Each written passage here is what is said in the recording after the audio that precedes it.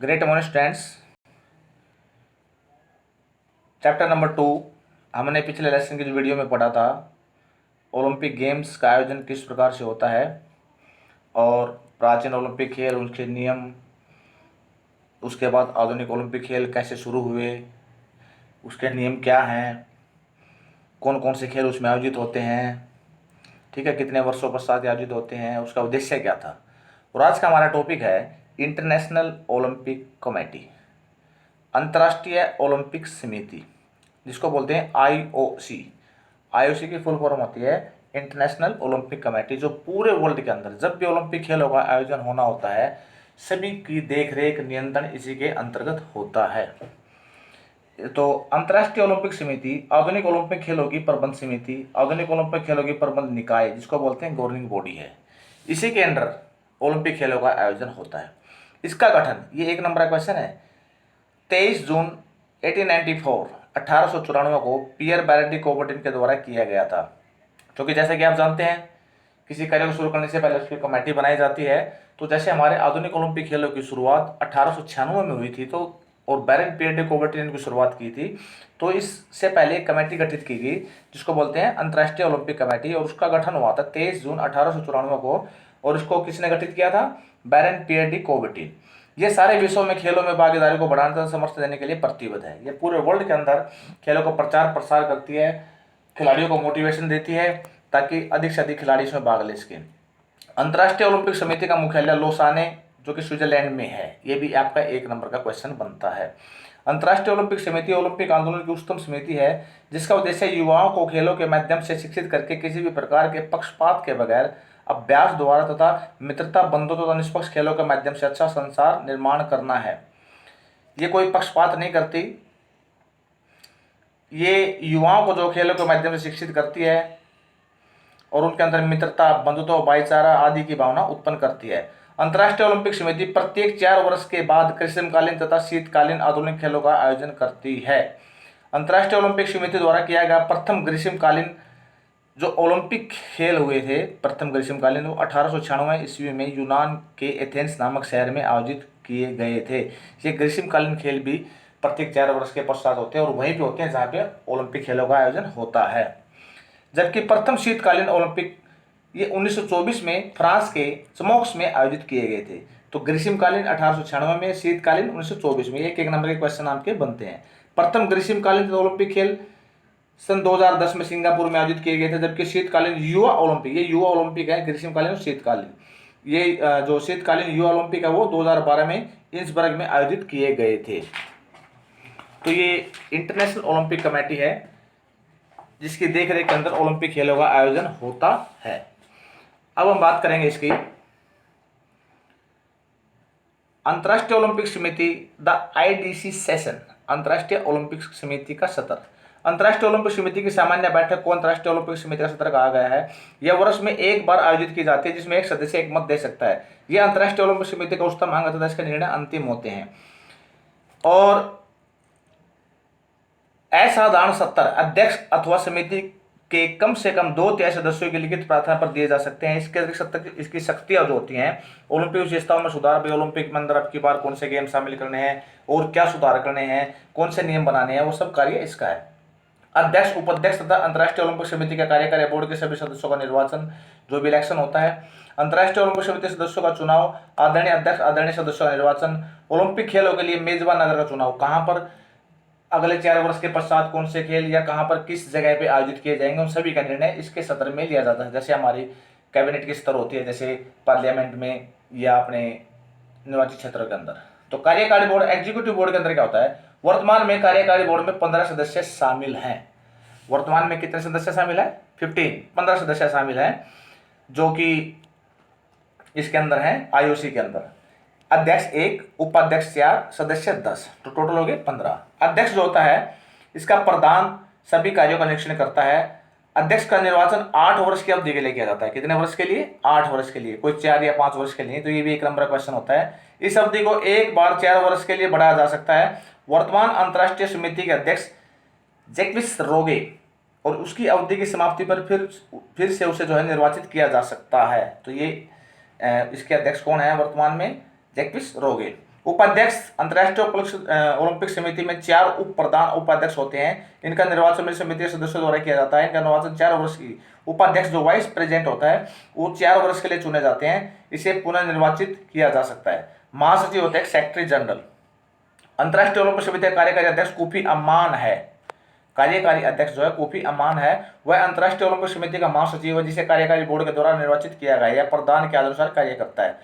सम्मान प्रतिभागियों के लिए ओलंपिक पदक के अलावा अंतर्राष्ट्रीय ओलंपिक समिति कई अन्य प्रदान करती है, जैसे प्रधान ट्रॉफी, पीएटी कोबर्टिन पदक, ओलंपिक कप, ओलंपिक क्रम। और इसके मुख्य कार्य कौन से हैं? अंतर्राष्ट्रीय ओलंपिक समिति के मुख्य कार्य, इसको ध्यान से आपने, इस क्वेश्चन अच्छा क्वेश्चन है। Right A note on IOC, it's mean अंतर्राष्ट्रीय ओलंपिक समिति पर एक नोट लिखें। तो उसमें आपने पूरा बताना है, इसका ब्यौरा देना है, भाई ये समिति क्या है, इसका गठन कब हुआ, इसके अंदर क्या चीज़ होती है, इसका एग्जीक्यूटिव बोर्ड के अंदर कौन कौन सदस्य शामिल होते हैं, निर्वाचन कितने वर्ष के लिए होता है और उसके कार्य क्या है। इस समिति का कार्य है ओलंपिक खेलों के आयोजन स्थल का निर्णय लिया जाता है, भी कहाँ पर ओलंपिक खेल होंगे। यह निर्णय भी यही समिति लेती है कि ओलंपिक खेलों का आयोजन कब करना है, ठीक है। और इसके पश्चात ओलंपिक खेलों के लिए तथा प्रतियोगिताओं के कराने के लिए नियमों का निर्धारण भी, टूर्नामेंट के नियम क्या होंगे, खेलों में नैतिकता को बढ़ावा देना, साथ साथ खेलों के माध्यम से युवाओं में शिक्षा प्रदान के लिए सहायता प्रोत्साहन करना, खेल प्रतियोगिताओं में सामंजस्य विकास आदि प्रोत्साहित करना। यह ओलंपिक खेलों के नियमित समारोह मनाने में सुनिश्चित करती है। यह खेलों में डोपिंग का विरोध करती है। यह सभी स्तर पर स्त्रियों को आगे बढ़ने में उनकी सहायता और प्रोत्साहन देती है। सभी खेल के विकास को प्रोत्साहित करती है। यह खिलाड़ियों के सामाजिक तथा व्यावसायिक विषय निर्माण संस्थाओं से प्रेरित करती है। यह संस्कृति तथा शिक्षा के खेल के साथ जुड़ने शुरुआत का समर्थन प्रोत्साहन करती है। यह अंतर्राष्ट्रीय ओलंपिक अकादमी आईओए के क्रियाकलापों का समर्थन प्रोत्साहन करती है। अन्य दूसरी संस्थाओं को प्रोत्साहन करती है जो समय को ओलंपिक शिक्षा के लिए समर्पित करते हैं।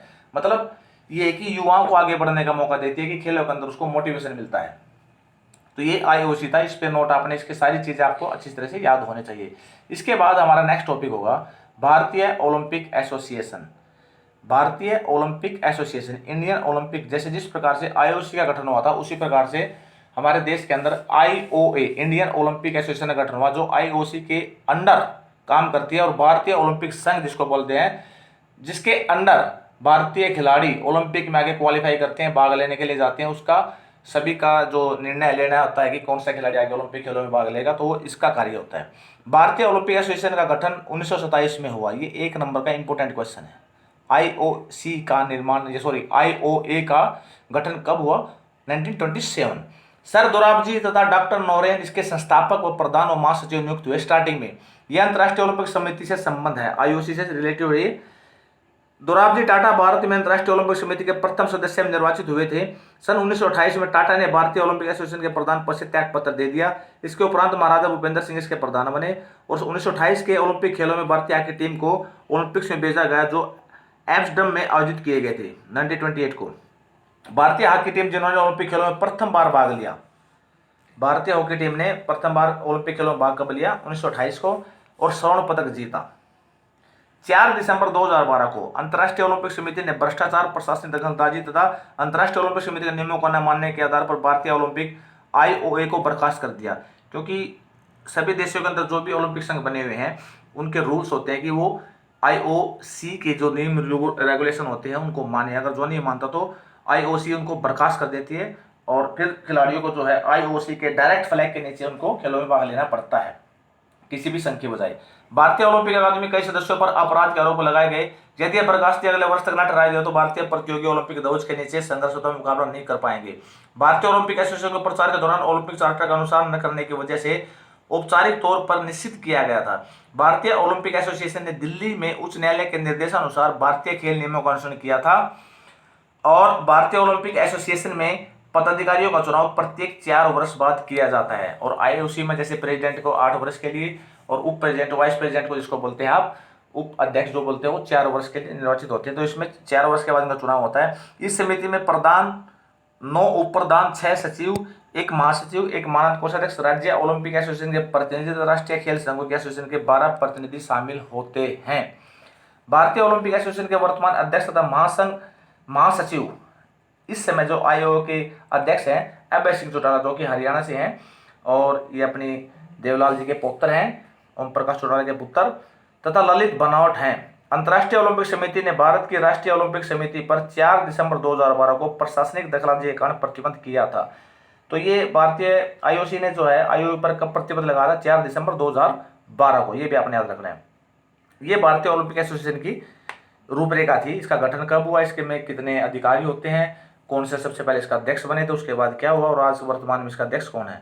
अब इसके कार्य क्या है, function of Indian Olympic association. दोनों क्वेश्चन बहुत ही इंपॉर्टेंट क्वेश्चन है ये आपके यूटी में भी आएंगे और आपके आगे चलकर जो एग्जाम होंगे, जैसे सितंबर एग्जाम है उसके अंदर भी इनमें से क्वेश्चन जरूर आएगा। अब इसके कार्य, जैसे आईओसी के कार्य, तो आईओए के क्या कार्य हैं, भारतीय ओलंपिक एसोसिएशन का अधिक कार्यालय जो है B29 कुतुब औद्योगिक क्षेत्र में स्थित है। इस एसोसिएशन का कार्य निम्नलिखित है, नई दिल्ली के अंदर ये B29 कुतुब औद्योगिक क्षेत्र। ओलंपिक आंदोलन को बढ़ाना तथा इसका विकास करना, जो भी आईओसी का आंदोलन का मूवमेंट होती है उसको आगे बढ़ाना, उसकी रूपरेखा उसके अनुसार कार्य करना, ये आईओए का एक मुख्य कार्य होता है।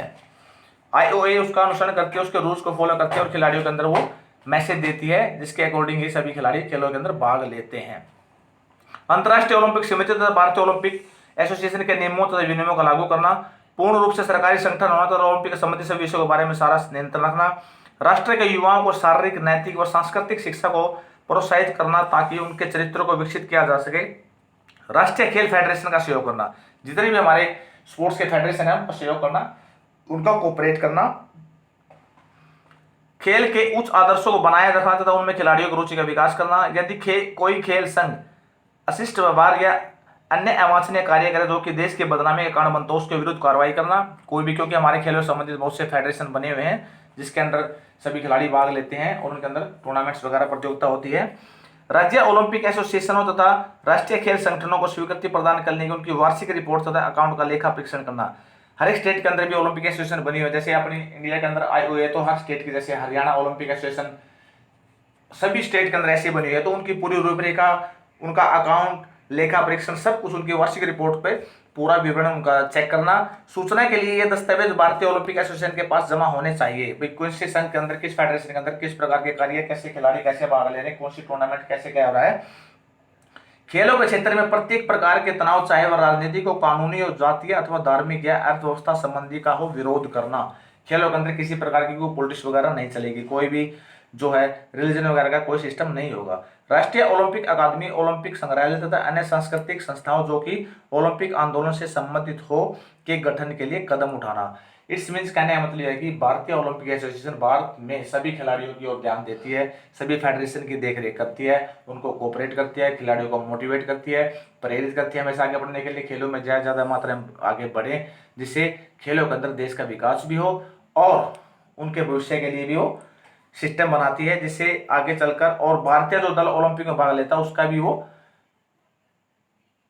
आगे चलकर इट्स मीन्स जिसके बैनर के नीचे इट्स मीन्स जो वो नाम भेजते हैं ओलंपिक के लिए वही क्वालिफाई होते हैं। तो ये दोनों क्वेश्चन आपके लिए बहुत ही मोस्ट इंपोर्टेंट क्वेश्चन है, इंटरनेशनल ओलंपिक कमेटी और इंडियन ओलंपिक एसोसिएशन।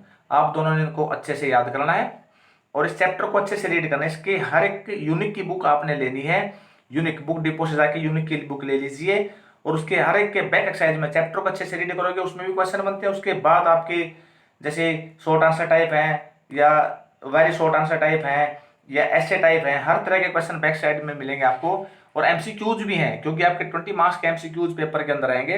तो अच्छे से इसको रीड करना है, अच्छे से पढ़ना है और हर एक क्वेश्चन को लर्न करना है। और यूटी में आपके पहले 2 चैप्टर आएंगे, तो सभी बच्चे अपने आप को प्रिपेयर करें यूटी के लिए।